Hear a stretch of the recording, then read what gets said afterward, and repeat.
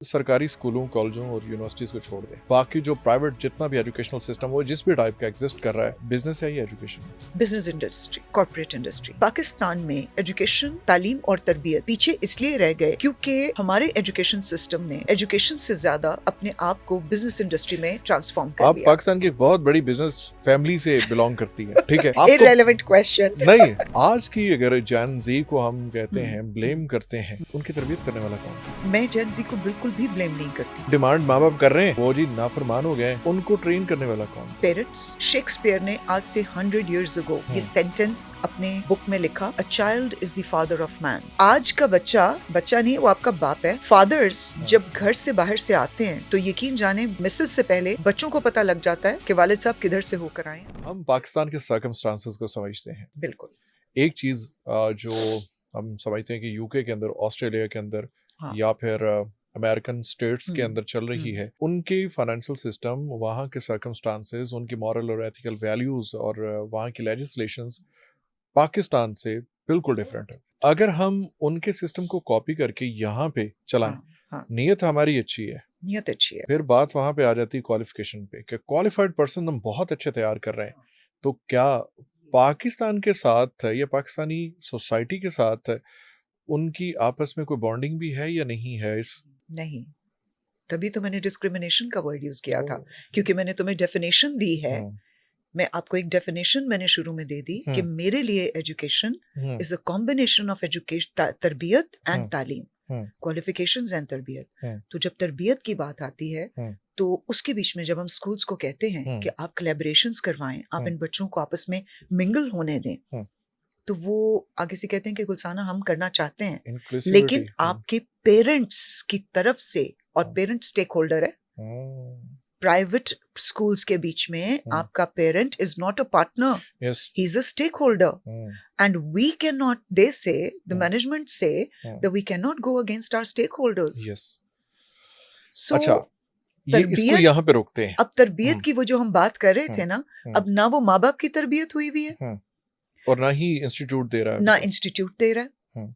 उसकी वजह ये है कि पेरेंट्स को रिक्वायर्ड है कागज के ऊपर ग्रेड्स। बिल्कुल, ठीक है, बिल्कुल। उनकी रिक्वायरमेंट तरबियत है ही नहीं उनकी, यस, ठीक है, और इसलिए वो ऐसे इंस्टीट्यूट्स का या ऐसे स्कूल सिस्टम का इंतखाब करते हैं।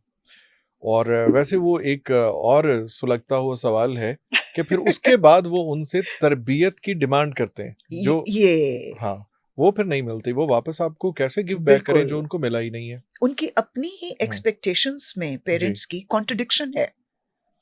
The focus is grades and certifications and degrees, yes, and when they meet the child in person they want कि तरबियत किधर है। तो देखो, हमारे तो अपने दीन ने कहा कि जब तक आपका बच्चा 6 साल का नहीं होता उसको स्कूल में भेजे ही मत। क्यों?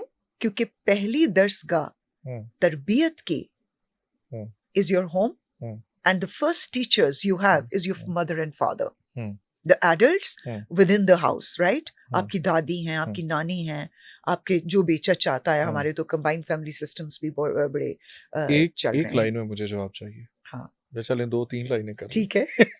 वो लंबा नहीं। हाँ, क्योंकि आप खुद एजुकेशनिस्ट हैं, तो ला महला कहीं ना कहीं बंदा अपने वो शोबे को या अपनी कम्युनिटी को बंदा डिफेंड कर जाता है। नहीं, मैं नहीं करूंगी। चलें ठीक है, बताएं। आप देखोगे कि मैं बिल्कुल इम्पार्शियल होके चलूंगी। आप सरकारी स्कूलों, कॉलेजों और यूनिवर्सिटीज को छोड़ दें, बिल्कुल ठीक है, बाकी जो प्राइवेट जितना भी एजुकेशनल सिस्टम वो जिस भी टाइप का एग्जिस्ट कर रहा है, हाँ, बिजनेस है या एजुकेशन है? Business industry, corporate industry, corporate industry.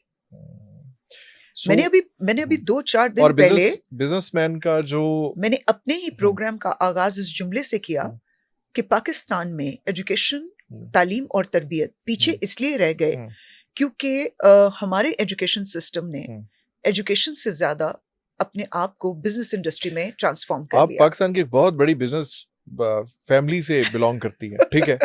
Irrelevant question नहीं, इसका टॉपिक से कोई ताल्लुक नहीं है। नहीं, मैं सिर्फ ये आपसे पूछना चाह रहा हूँ, हाँ। आपने बचपन से बिजनेस आपने किया नहीं तो सुना होगा कि क्या चल रहा है। बिल्कुल, हमारे खून में है कारोबार, माइंडसेट, बिजनेस माइंडसेट, सेठ का माइंडसेट। सेठ की रिक्वायरमेंट अपने बिजनेस से क्या होती है? जाहिर बात है वो उसका वन एंड ओनली फोकस उसका बिजनेस ही होता है, प्रॉफिट्स, रेवेन्यू, प्रॉफिट्स, बिल्कुल प्रॉफिट होता है।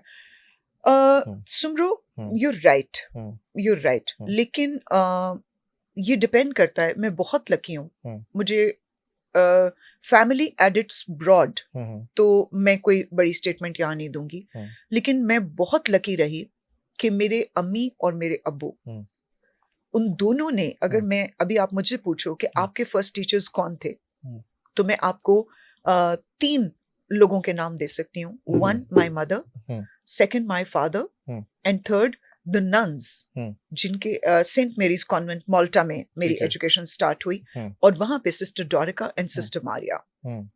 ये वो 3 शख्सियात हैं जिन्होंने हमारी कैरेक्टर बिल्डिंग की, हमारे माइंडसेट्स के ऊपर काम किया, और after remaining with my mother specially, हमारा माइंडसेट कभी भी बिजनेस माइंड। तो मुझे आज कोई कारोबार खोल के दो, मेरा ख्याल है मैं दुनिया की सबसे बड़ी फेलियर होंगी। ठीक है। अच्छा, एक माइंडसेट होता है कि जिसकी कैरेक्टर बिल्डिंग हुई है, उसकी पर्सनालिटी डेवलपमेंट बचपन में हुई, उसके माँ बाप ने की, उसको पीयर ऐसे मिले सोसाइटी में जिन्होंने उसको डेवलप किया, कर दिया सारा। अब वो कहीं कोई एथिकल मिसकंडक्ट अगर उससे हो जाता है या वो कर लेता है, तो उसके ऊपर वो सीनाजोरी नहीं करता, या उसको ये नहीं समझता कि सो व्हाट, अगर कर दिया तो कर दिया, क्या हो गया इसमें, नॉर्मलाइज नहीं होता वो, या उसको नॉर्मलाइज नहीं समझता।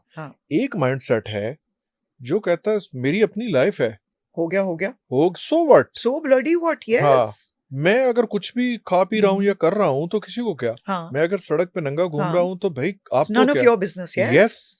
वो इतना डिसेंसिटाइज और नॉर्मलाइज इन चीजों को कर दिया उसने, क्योंकि वो अपनी सोशल रिस्पॉन्सिबिलिटी को ही भूल गया कि भाई मैं इंसानों से भी जुड़ा हूँ। इस पूरे यूनिवर्स ने, इस पूरी सोसाइटी ने मुझे यहाँ तक ना मेरा सेंसिटिव पॉइंट छेड़ दिया है, ठीक है, please. You are absolutely right कि इस वक्त हमारे माशरे के बीच में ऐसे लोग ज्यादा एग्जिस्ट कर रहे हैं जो ये माइंडसेट डेवलप कर बैठे हैं अपने अंदर कि मेरी मर्जी, ठीक है, तुम लोग ऑर्थोडॉक्स स्कूल ऑफ माइंड के मालिक हो, कि जो ओल्ड स्कूल हो, कि तुम लोग ये कहते हो कि मैं एक वक्त में एक से ज्यादा ताल्लुकात बना सकता हूँ, एक्स्ट्रा मैरिटल अफेयर्स होना, वो कहते हैं जी नॉर्मल है, वो इसको मॉडर्नाइजेशन का नाम दे रहे हैं। और फिर जब आप उनको कहीं पिन पॉइंट करते हो या आप उन्हें बताते हो कि this is unethical, right, because everything which will effect the life of another human along with you yourself, that is unethical for me. अच्छा, यहाँ पे 2 बड़ी चीजें जो है ना इस वक्त हम डिस्कस करने जा रहे हैं। आपने अभी जिक्र किया कि मेरे अंदर कुछ भी अगर अच्छा है तो उसके पीछे मेरे माँ बाप की तरबियत है, मेरे माँ बाप की और मेरी वो टीचर्स हैं जिनका आपने बताया कि मिस मारिया और सिस्टर डोरिका उनके, राइट। वो आज भी आपको याद है कि उन्होंने आपको प्रॉपर ग्रूम किया, आपको बताया कि ये करना, ये नहीं करना, ऐसा सोसाइटी में कैसे रहना है। Exactly. अच्छा, उसके नतीजे में आज आप डेवलप है और आप उसको कंसीडर कर रही हैं, उसको मान रही हैं, ठीक है, और आप ऑन रिकॉर्ड ये कह रही हैं, बिल्कुल ठीक है। आज की अगर जैन जी को हम कहते हैं, ब्लेम करते हैं, तो उनको, उनकी तरबियत करने वाला कौन था? मैं जेन जी को बिल्कुल भी ब्लेम नहीं करती। नहीं, अगर हम उनसे कहते हैं कि वो अब डिमांड माँ बाप कर रहे हैं कि वो जी नाफरमान हो गए, बदतमीज हैं, मुंह फट है, बहुत कुछ है, तो ऑफ कोर्स उनको ट्रेन करने वाला कौन था? पेरेंट्स।